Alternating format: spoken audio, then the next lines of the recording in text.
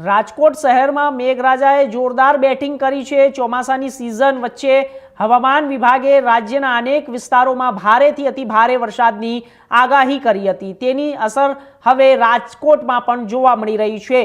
આ તકે વાત કરીએ તો ગઈ રાતે શહેરમાં ધોધમાર વરસાદ વરસતા અનેક વિસ્તારોમાં પાણી ભરાવાની સ્થિતિ સર્જાઈ હતી। સાંજના 6 વાગ્યાથી સવારના 8 વાગ્યા સુધી શહેરના વિવિધ ઝોનમાં નોંધપાત્ર વરસાદ નોંધાયો છે। ત્યારે આંકડાઓ પર નજર કરીએ તો સેન્ટ્રલ ઝોનમાં 69 મીમી, ઈસ્ટ ઝોનમાં 47 મીમી અને વેસ્ટ ઝોનમાં સૌથી વધુ 71 મીમી વરસાદ નોંધાયો છે।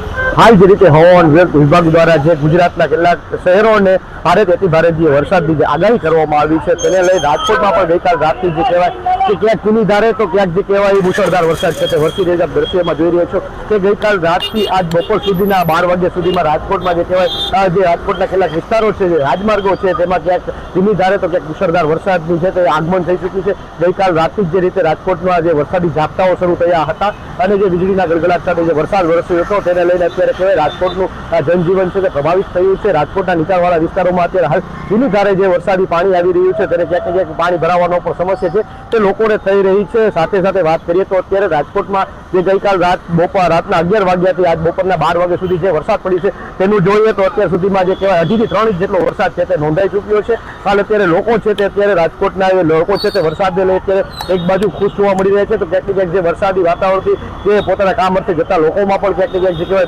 પલળીને જે કહેવાય વરસાદનું આગમન થઈ રહ્યું છે અને જે વરસાદી વાતાવરણ બધે સર્જાયું છે તેને વાતાવરણમાં પણ ઠંડક પ્રસરી રહી છે। ત્યારે હાલ અત્યારે હવામાન વિભાગ દ્વારા જે રીતે આગાહી કરવામાં આવી છે રાજકોટ ગુજરાતના કેટલાક રાજ્યોમાં ત્યારે સમગ્ર ગુજરાતના કેટલાક શહેરો છે જળબંબાકાર છે ત્યારે રાજકોટ શહેર પર છે ત્યાં ક્યાંક મુશળધાર વરસાદને લઈ ત્યારે પાણીમાં ગરકાવ થતું જોવા મળી રહ્યું છે।